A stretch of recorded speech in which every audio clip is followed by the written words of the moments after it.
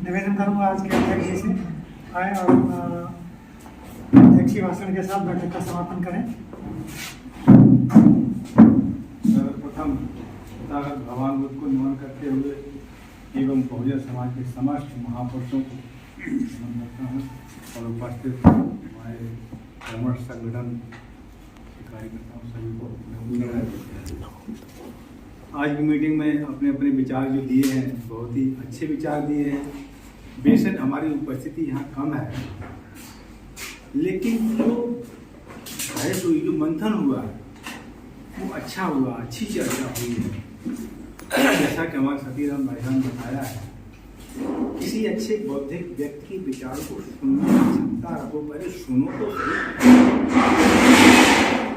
अभी हमने सुना नहीं, सुनो फिर न तो जानो। भगवान बुद्ध ने भी यही कहा है, पहले जानो फिर मानो। मनोवादी विचारधारा कहती है मान लो, जानने की जरूरत नहीं है। जैसे भाई साहब ने कहा शील समाधि प्रज्ञा ऐसा होना चाहिए, समझ में आ गया। शीलवान होगा तभी वो समाधि की तरफ जा सकता है। जिसके शील ही नहीं होगा, शील का पालन नहीं करेगा, समाधि तरफ जाएगा नहीं। दूसरी बात, वीरेंद्र जी अभी हम थोड़ी मीटिंग में हैं, करते हैं बात थोड़ी देर में। हमारी एक सामाजिक मीटिंग, हम भाषण नहीं दे रहे हैं। जो संघात हमारे भाई फोटोग्राफर भाई ने अच्छे अपने विचार रखे, क्योंकि उनका अपना एक हित है। हम चाहते हैं ये शादियां रात में ही क्यों होती, दिन में नहीं हो सकती? बहुत अच्छी हो रही है। हम ये क्यों होती, जिस दिन सारी शादियां हों तमाम, ना बैंकट हॉल मिले, ना कहीं जगह मिले, ना बाजे वाले मिले, ना लाइट वाले मिले, ना ढोल वाले मिले, ना रिश्तेदार मिल पाए, माउंटेन में ज्यादातर दिन में उस दिन में क्यों करो शादी? चलेगा सभी दिन क्यों करते?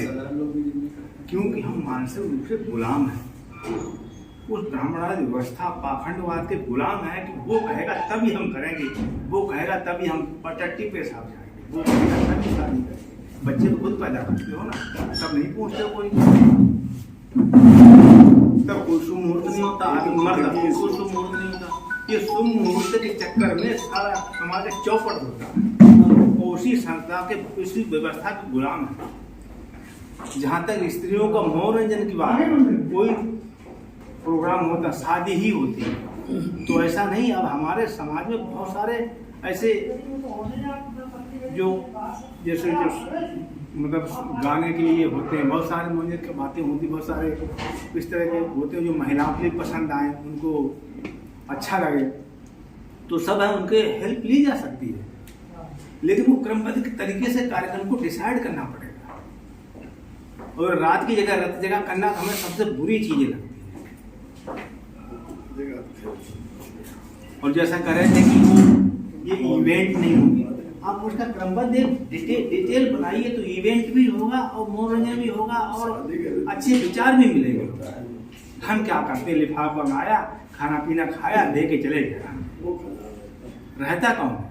शादी में क्यों इकट्ठे करते हो?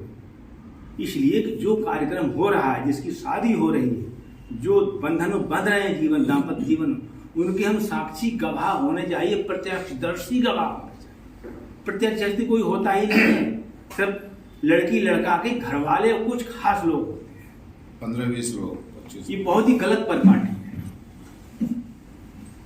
ये भी गलत परिपाटी, पहले मालाएं डलवा दी जाती हैं। माला कायदे में शादी का एक सबसे अंतिम रिचुअल है।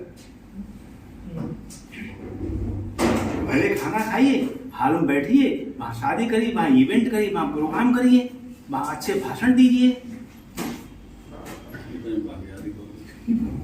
नहीं भागेगी भाई साहब, आप प्रोग्राम दिन में कीजिए ना। और हम क्या करते हैं, प्रोग्राम रात में करते हैं। दिन में हो, और दिल्ली में क्या होता है, शाम को इतनी भीड़ होती, जाम में फंस जाता है, फंसता नहीं फंसता, और रात में आता कोई बहाने होता। आप दिन में शादी करो तो वो भी आ सकता है जिसके पास संसाधन आने जाने के नहीं, वो पब्लिक संसाधन से आ जाएगा, रात में नहीं आएगा। एक तरफ चला के आएगा, शाम रात में कैसे आएगा 12 बजे? ये दिक्कतें होती हैं। दिन में कीजिए, 10, 11, 12 बजे, 4, 6 बजे छुट्टी कर दी। ये मैंने अपने जीवन में अपना प्रोग्राम मैंने अपनाया। सुबह गए शाम को वापस, ना किसी का रत जगा ना कुछ, डेट अपने हिसाब फिक्स कर ली। सब हो सकता है, लेकिन क्या है कि हमारे अंदर जो मानसिक गुलामी है वो भरी पड़ी है, और वो मानसिक गुलामी हमारे अच्छे बुद्धिजीवियों को विचार सुनने से मना करती है, सुनने नहीं देती।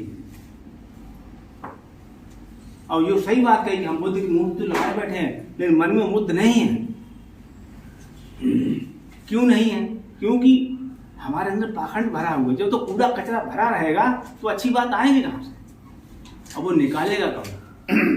एक बुद्धिजीवी व्यक्ति निकाल सकता है, आपको समझा के,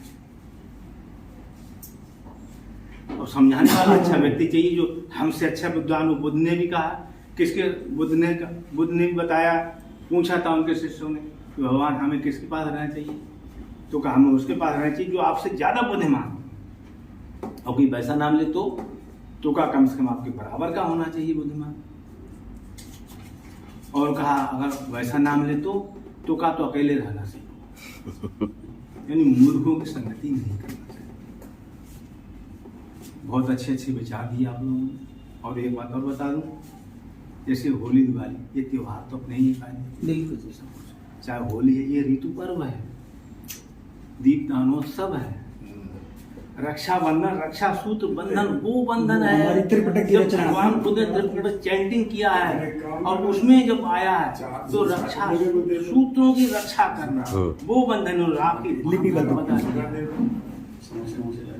महानिष्क्रमण आषाढ़ी कहते हैं। आषाढ़ी गांव खूब मनाई जाती है। आषाढ़ी हम नहीं जानते, अब जाने हैं आषाढ़ी क्या है। ठीक है, अब जाने हैं आषाढ़ी क्या है।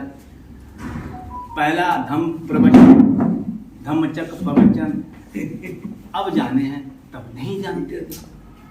तब हम भी गंगा जी लेके जल चढ़ाने जाते, अब हम जानते हैं। क्या है?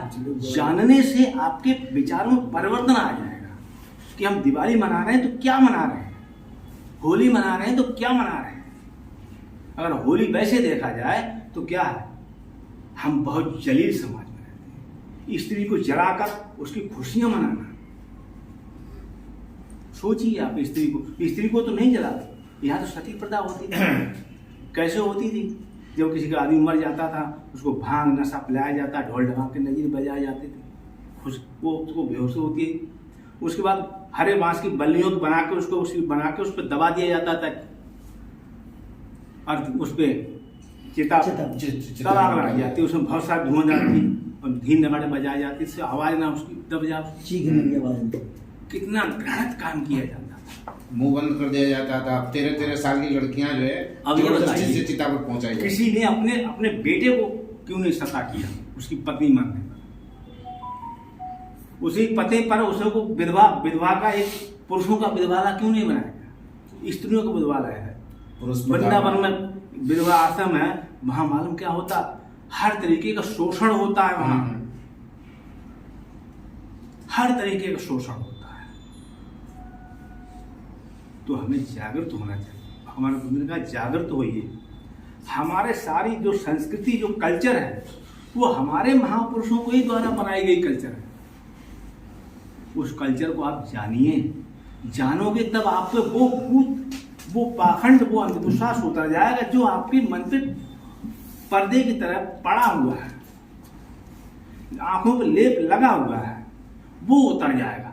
तब आपको सच्चाई सामने जब आ जाएगी, तब आप इसको बड़ी खुशी से मनाओगे। होली ऐसे है, दिवाली ऐसे है, रक्षाबंधन ऐसे है, आषाढ़ी इस तरह से है। सब वही आपके विचारों में परिवर्तन आएगा, आपके सोचने में परिवर्तन आएगा। और बुद्ध ने तो यही दिया था, तर्क करो।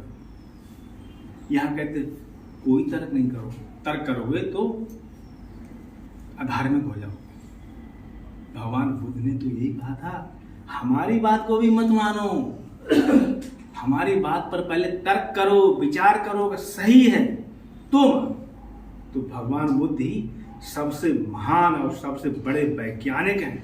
इन्होंने इस विश्व को वैज्ञानिक सोच दी, और सोच का फायदा विदेशों ने उठाया, अंग्रेजों ने उठाया। वहां औद्योगिक क्रांति आई कैसे? इसीलिए आई, किसी भी देश का साइंटिफिक विकास तभी हो सकता है तब जब उसके समाज में तर्कशीलवादी समाज बने। अंधविश्वासी पाखंडी समाज बनेगा तो वो वैज्ञानिक सोच कर ही नहीं सकता। जब सोच ही नहीं सकता है कि मछली के पेट से बच्चा कैसे पैदा हो, तो अंडे देती है। मगरमच्छ कैसे पैदा हो, सूरज को आदमी कैसे निकल सकता है, कि शिव जी की जटाओं में गंगा है, कि भारत गंगा लाए। जब आप तर्कशील बनोगे तब वैज्ञानिक प्रगति होगी। इसीलिए हमारे देश में उसके बाद कोई वैज्ञानिक प्रगति नहीं। जब इससे पहले हमारा देश विश्व गुरु था, भगवान बुद्ध की वजह से था, शिक्षाओं की वजह से था, उसके बाद खत्म हो गया। अब हम विश्व गुरु का ढोल पीट रहे हैं। विश्व गुरु चला गया, अब तो पाखंड का बढ़ावा दिया जा रहा है। अब इसका महिमा मंडन इतना किया, हम बहुत अच्छे कामयाब हो गए महाकुंभ में, क्योंकि करोड़ों लोगों को बुला लिया, बहुत सारे लोग मर गए, कितना क्या हुआ, व्यापार हो गया, कहीं कुछ हो गया। ये महिमा मंडन है सर, हमको बेवकूफ बनाते हैं। और सत्ता कैसे चलती है? सत्ता चलती है संसद से, लोकसभा, विधानसभा से।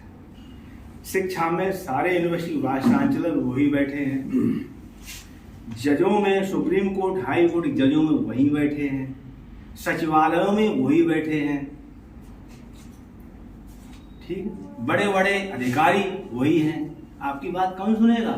कुछ भी कोई कर सकता है, सुनने वाला कौन? कहीं जाओ न्याय में जाओ, तुम्हें न्याय मिलेगा? नहीं मिलेगा, क्योंकि आपका जज नहीं है। और जिनके जज नहीं होते उन लोगों की, वकीलों की प्रैक्टिस भी कमजोर होती है।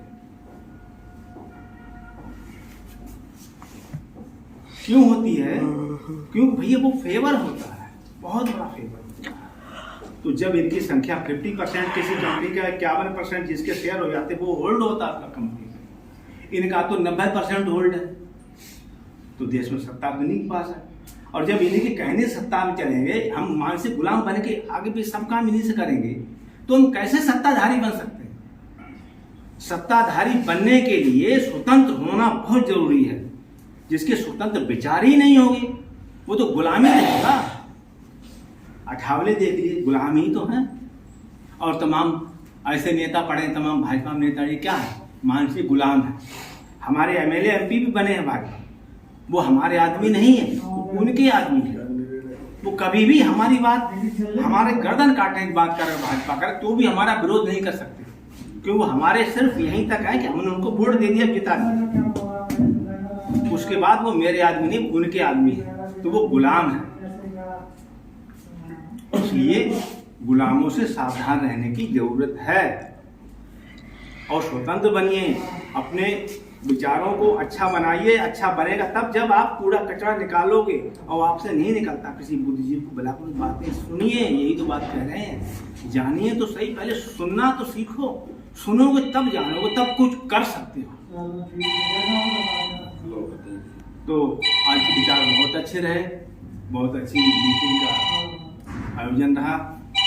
और जो आगे जो धन्ना प्रधान बात हो रही, हम चाहते हैं कि शाक महासभा हो गई, मौर्य महासभा हो गई, सैनी महासभा हो गई, जो भी हमारी सभाएं हैं, उन सबके पदाधिकारियों संपर्क करके एक यूनाइटेड शक्ति दिखाई जाए तो उसका ज़्यादा प्रभाव पड़ेगा, ऐसी हमारी आशा है।